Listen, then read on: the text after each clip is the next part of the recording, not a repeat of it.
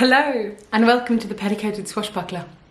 My name is Maren and today we are going to try some romantic era active wear.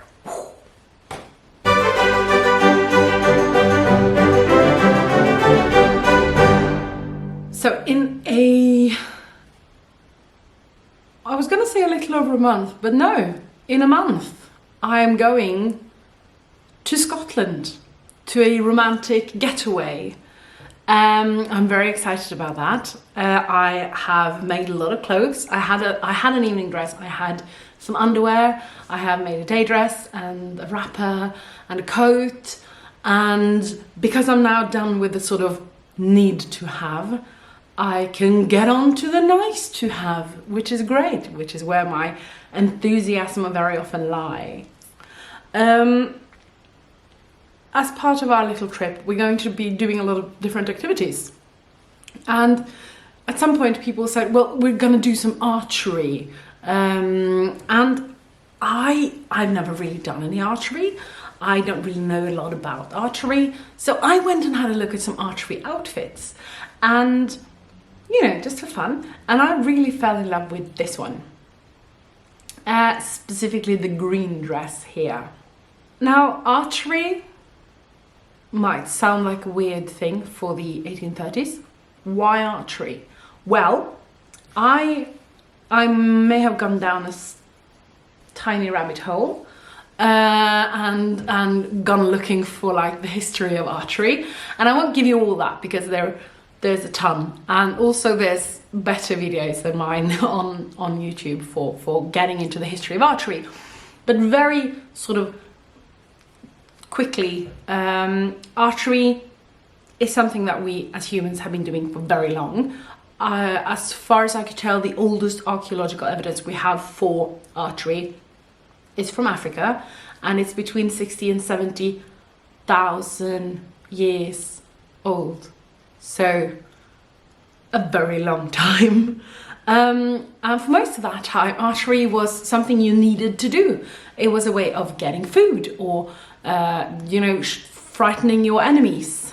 There's been a lot of famous archery sort of societies throughout history. Pretty much all the ancient world performed great archery. The Mongols under Genghis Khan were famous for their archery. I think they've even been credited with bringing the stirrup to Europe.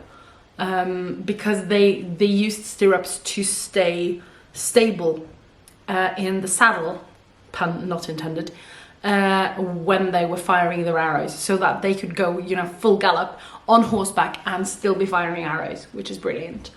Native Americans, a lot of Native American cultures and populations were amazing archers, and when Europeans introduced horses to America again, they became really good mounted archers, so firing from horseback. I think in Western Europe, perhaps the most famous archers are the English longbowmen of the 100 Years' War, who basically beat the French aristocracy at the Battle of Agincourt by firing arrows at them while they were stuck in the mud in their heavy armor and their heavy horses. So, and especially because we're going to Britain, and I feel like I'm portraying some sort of English woman very often, and because I'm a little bit Anglophile, I thought it would be interesting to look at, more specifically the British or the English idea of archery, and like what's the position of archery in culture and society. And this is the rabbit hole I really fell down into. So maybe this is because of the Battle of Agincourt, but I think it came before. But archery in England was for a very long time seen as like the little guy's revenge on the wealthy.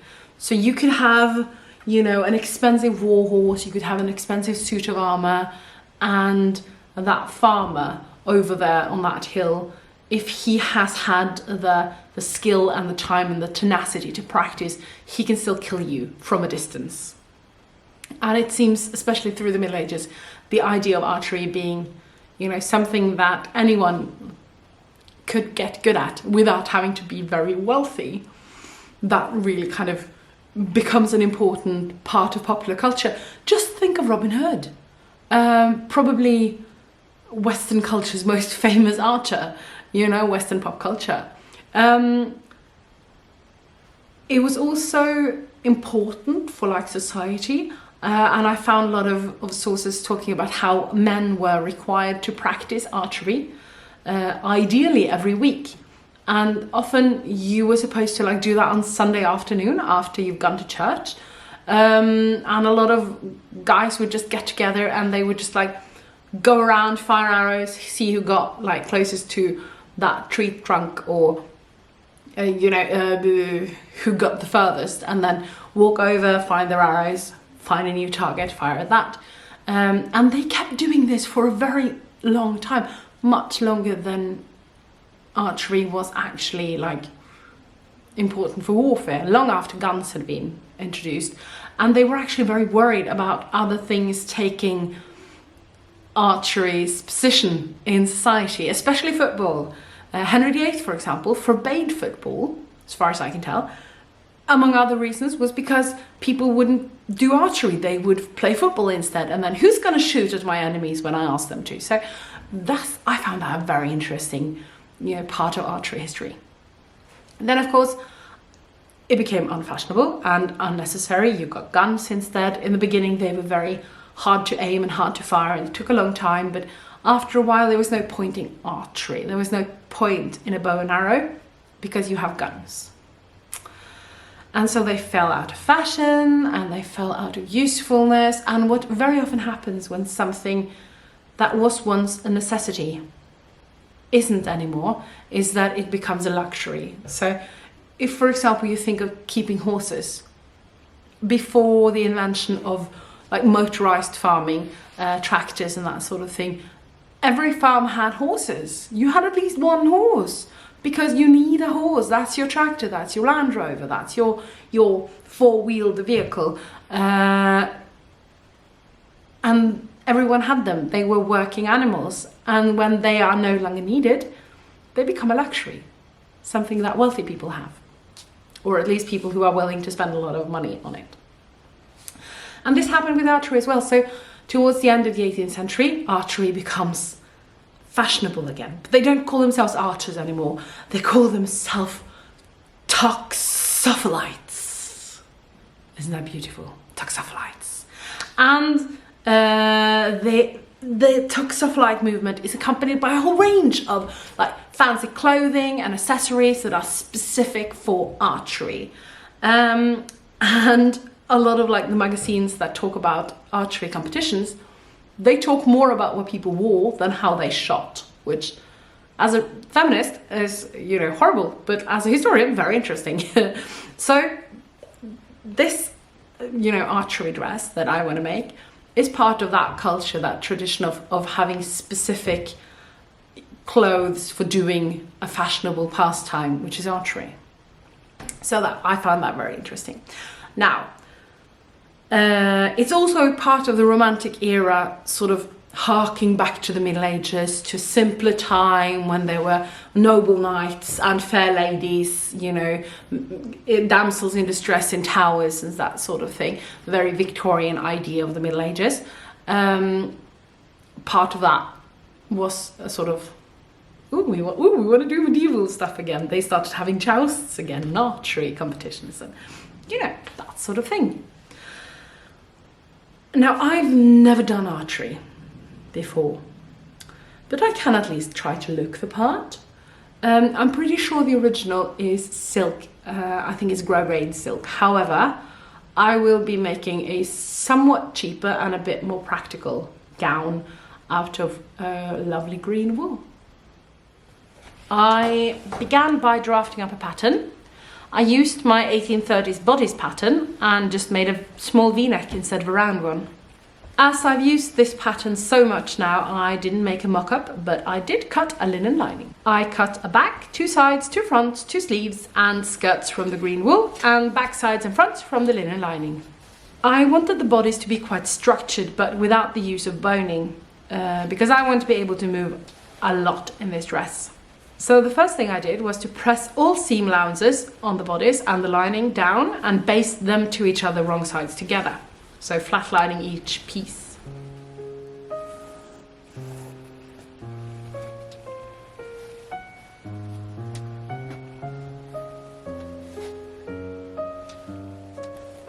I could then assemble the bodice using my favorite stitch, the English stitch. I have talked about this before. It's actually called a boning stitch in Norwegian, which gives you some idea of how it shapes the garment. I left the first and last inch or so of each seam and just whipped the wool together, otherwise inserting sleeves and stuff would have been very difficult.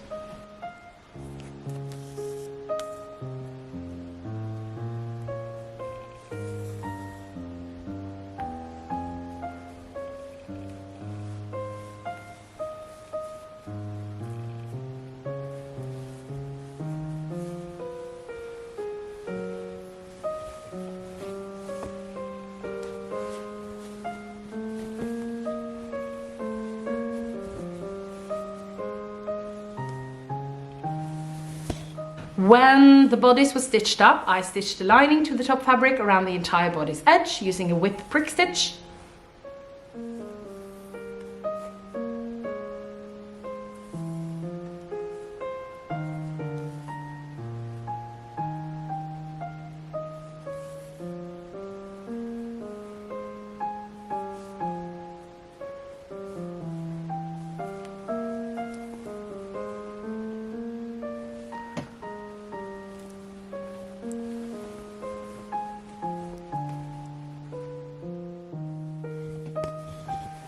Then onto the sleeves. I originally cut two big sleeves with the intention of running two lines of gathering stitches across them. However, this didn't really give me the look I wanted. So I recut the sleeves to have two plain sleeves with a small point on the back of the hand because that's cute. And then cut two big puffy short sleeves and two long fairly wide strips. I gathered the sleeve puff onto the sleeve head and the cuff of the short sleeve to the plain undersleeve. I then gathered the strip and stitched that underneath the sleeve puff to create the two-tied sleeve look. After that, I could stitch the long underarm seam and make a nice hem at the cuff.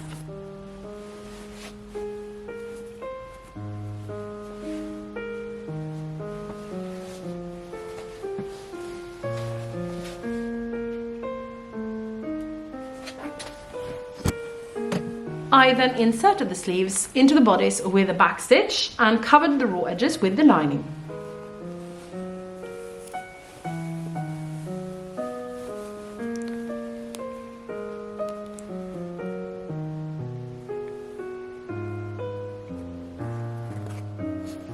On to the skirts.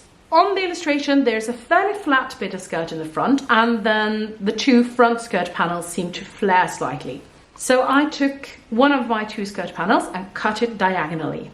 And as long as I stitch the diagonal side to a straight grain side, it shouldn't sag or become wonky. I inserted pockets, stitched the skirts together and hemmed them with a strip of blue wool left over from my coat and bonnet. I attached the hem by stitching it on with a whip prick stitch on the bottom and an invisible stitch at the top.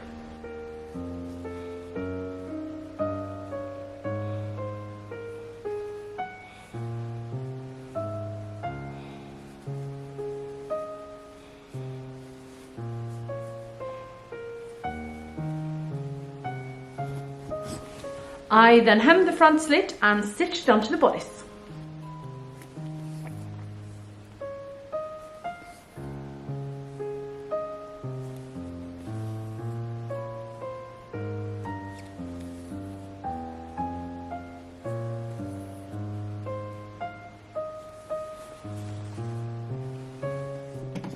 I stitch it on by folding the raw edge inwards and whip stitching it to the lower edge of the bodice.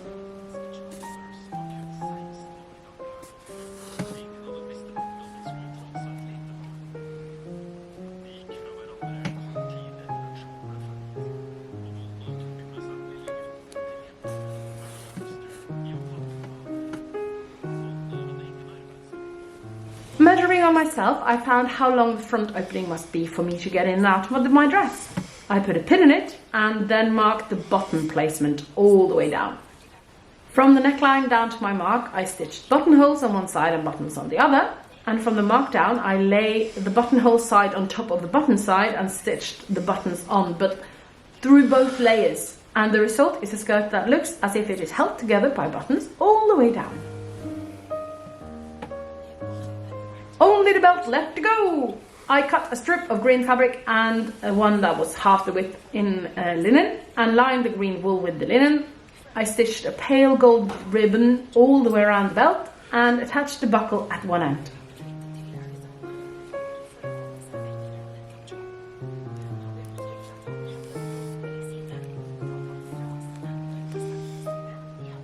The original has a lace collar. Now, when I began planning this 3/4 of a year ago, I felt like I found lace collars in every H&M and in every haberdashery store. Now I could find nothing. However, many years ago, I was gifted this gorgeous tattered lace collar by a friend who is amazing at making tattered lace. So even though it is a little too small, I stitched that on.